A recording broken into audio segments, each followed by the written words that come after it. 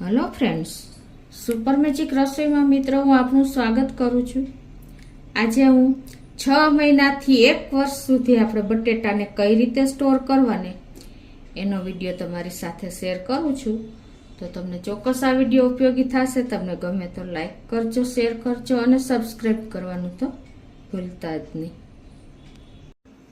તો મિત્રો, આપણે બટેટા લઈ આવીએ છીએ અને બલ્કમાં હોય છે ત્યારે આપણે એને બગડી જાય છે. આ નોર્મલ વાતાવરણમાં રાખીએ છીએ તો 10-15 દિવસમાં તો ઉપર કોટા ફૂટી જાય છે અને જો આપણે એનો ઉપયોગ કરીએ ને તો આપણે હેલ્થ માટે ખરાબ છે. તો ક્યારેય આપણે ઉગેલા બટેટા કે ગ્રીન કલરના બટેટાનો ઉપયોગ ન કરવો જોઈએ. તો જો ઓચિંતાનું આપણે બટેટા ઘરમાં વધારે આવી ગયા હોય અને બહાર જવાનું થાય ને તો તમે આ રીતે સ્ટોર કરી શકો છો.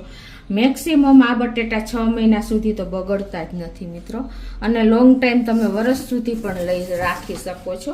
તો એના માટે પહેલી મેથડ હું તમને બોક્સની બતાવું છું. કાર્ટૂન આ રીતે તમારે તમારા બટેટા હોય ને ક્વોન્ટિટીમાં તમારે બટેટા સ્ટોર કરવા હોય ને તો આવી રીતે મોટું કાર્ટૂન લેવાનું. તમારા બટેટા સાઈઝ વાઇઝ કેટલી ક્વોન્ટિટી સ્ટોર કરવી છે એ ઉપર ડિપેન્ડ રહેશે. હવે આમાં આપણે કપડું લગાવી દેવાનું છે. આ રીતે કપડું પાથરી અને પછી તમારે એક જ થર કરવાનો છે. એટલે તમારે એ પ્રમાણે જ બોક્સ લેવાના છે. થોડું થોડું ડિસ્ટન્સ આ રીતે છોડી દેવાનું છે. એટલે શું થશે કે આ કાર્ટૂન જે છે ને બોક્સ એનું મોઇસ્ચર શોષી લે છે, એને ભેજ નથી થવા દેતા. આ રીતે તમે બટેટાને સ્ટોર કરશો ને થોડા થોડા ડિસ્ટન્સે તો તમારે કોઈ પ્રોબ્લેમ નહીં આવે. તમારે જે ક્વોન્ટિટી હોય એ પ્રમાણે તમારે રાખવાના છે આ રીતે. અને પછી તમારે એની ઉપર આ રીતે બેકિંગ સોડા છે, આપણે કોઈ પણ સોડા ટાટાનો છે એ લઈ શકો છો, અને એને તમારે આ રીતે ઉપર થોડો થોડો ભભરાવી દેવાનો છે. એટલે કે સ્પ્રિંકલ કરી દેવાનો છે બટેટા ઉપર આ રીતે. અને પછી આ બોક્સને તમારે આ રીતે જો થોડું ઓપન રહે ને એ રીતે જ આપણે કાર્ટૂન ઓપન જ રહેશે વચ્ચેથી. આ રીતે તમે રાખશો ને એટલે જો એને હવા આવજા રહેશે, એ અંદર એર જઈ શકશે. અને તમારે એવી જગ્યાએ રાખવાનું જ્યાં તડકો ન આવતો હોય અને ઠંડી હવા આવતી હોય ને એવી જગ્યાએ ઘરમાં રાખી દેવાનું. એટલે એર સર્ક્યુલેશન થશે અને તમારા બટેટામાં મોઇસ્ચર નહીં આવે. અને જે મોઇસ્ચર થશે એ આ કપડું પ્લસ આ બોક્સનું વાતાવરણ બોક્સ શોષી લેશે, અને જે આપણે બેકિંગ સોડા નાખ્યો છે ને એ પણ મોઇસ્ચર નહીં થવા દે. એટલે આ રીતે તમે કમસે કમ 6 મહિનાથી 1 વર્ષ સુધી બટેટા સ્ટોર કરી શકો છો. હવે તમને બીજી મેથડ પણ બતાવી દો.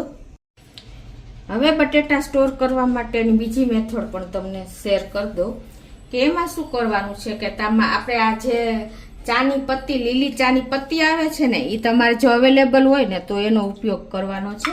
અને આપણે આ રીતે પ્લાસ્ટિક રેપ જે આવે છે, જે સિલ્વર ફોઇલ આવે છે ને એ રીતે પ્લાસ્ટિકના રેપ આવે છે એનો ઉપયોગ કરવાનો છે.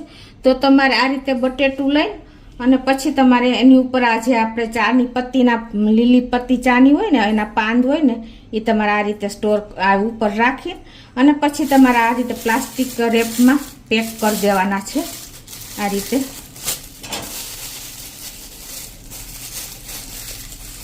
અને આ રીતે કોઈ પણ વાંસની ટોપલી છે કે વુડન ટોપલી છે, એર સર્ક્યુલેશન થાય ને એવી જગ્યાએ તમારે આ રીતે બધા પેક કરી દેવાના છે.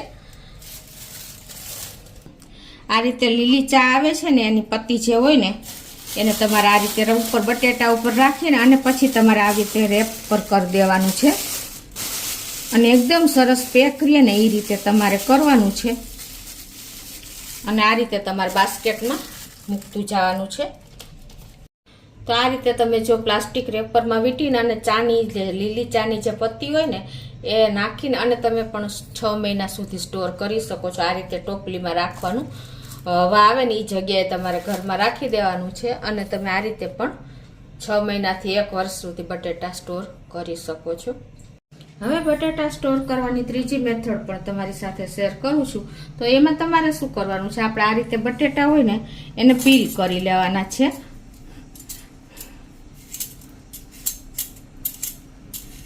આ રીતે જો આપણે બટેટાને પીલ કરી લીધા છે અને હવે એને આપણે તમારે જે શેપમાં કટ કરવા હોય ને એ શેપમાં તમે કરી શકો છો.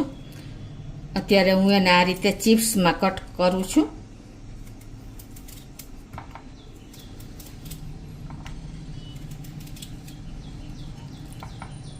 અને પછી એને આપણે આ રીતે કટ કર્યા પછી એને લાંબી ચિપ્સમાં કટ કરી લેશું. પહેલાં સ્લાઇસમાં કટ કરીને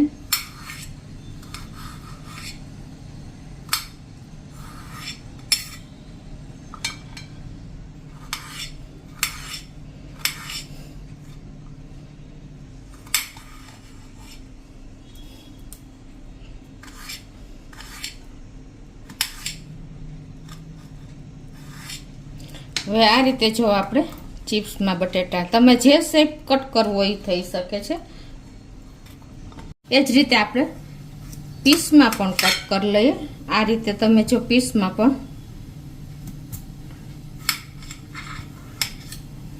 કટ કરીને પીસ કરી શકો છો.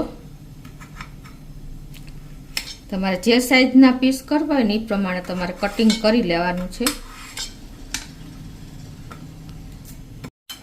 આ રીતે જો આપણે કટિંગ કરી લીધું છે આવી રીતે પીસમાં અને ચિપ્સમાં. હવે આ બાજુ મેં પાણી પણ ગરમ કરવા મૂકી દીધું છે અને આ રીતે આપણું પાણી બોઇલ થઈ જાય ને એટલે પહેલાં આપણે આ ચિપ્સને નાખી દેશું અને 4 થી 5 મિનિટ આપણે આને ફૂલ ફ્લેમ ઉપર બોઇલ કરવાની છે. આ રીતે જો આપણે 5 મિનિટ થઈ છે ને એ ખાઈને 4 થી 5 મિનિટ જ આપણે કરવાના છે. અને હવે એને આપણે આ રીતે નિતારી લેશું પાણીમાંથી લઈને.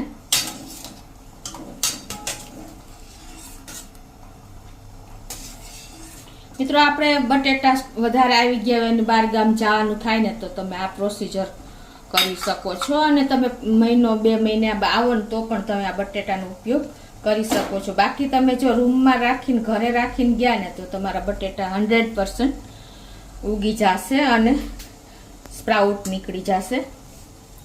હવે એને આપણે આ બટેટા છે ને એને આપણે નિતારીને પછી એને ઠંડા એકદમ ચીલ્ડ પાણીમાં નાખી દેવાના છે આ રીતે. હવે આપણે જે આ પીસ કર્યા છે ને એ પણ આમાં જ નાખી દેશું પાછા બોઇલ કરવા માટે. એને પણ 4 થી 5 મિનિટ આપણે બોઇલ કરવાના છે. અને જો હવે આપણા ચિપ્સ પણ એકદમ ચીલ્ડ પાણીમાં નાખીને એટલે ઠંડી થઈ ગઈ છે તો એને એકદમ આપણે નિતારી લેવાની છે આ રીતે.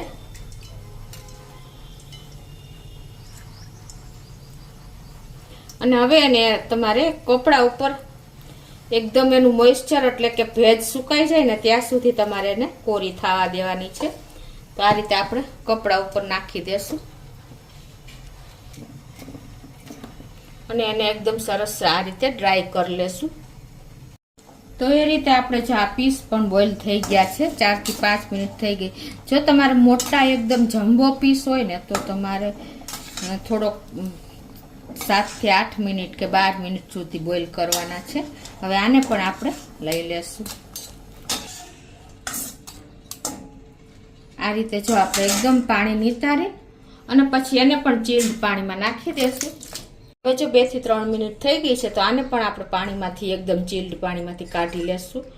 અને એકદમ એની સ્ટીમ નીકળી વહી ગઈ છે અને ઠંડા થઈ ગયા છે. અને એને એકદમ નિતારીને પછી એને પણ આપણે કપડા ઉપર કોરા થવા મૂકી દેશું.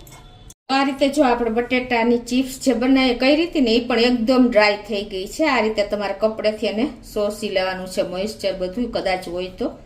અને પછી તમારે શું કરવાનું છે અને આ રીતે આપણે ચીપ બેગ લેવાની છે અને એમાં આપણે આમ ચિપ્સ જે બનાવી છે ને એ નાખી દેશું.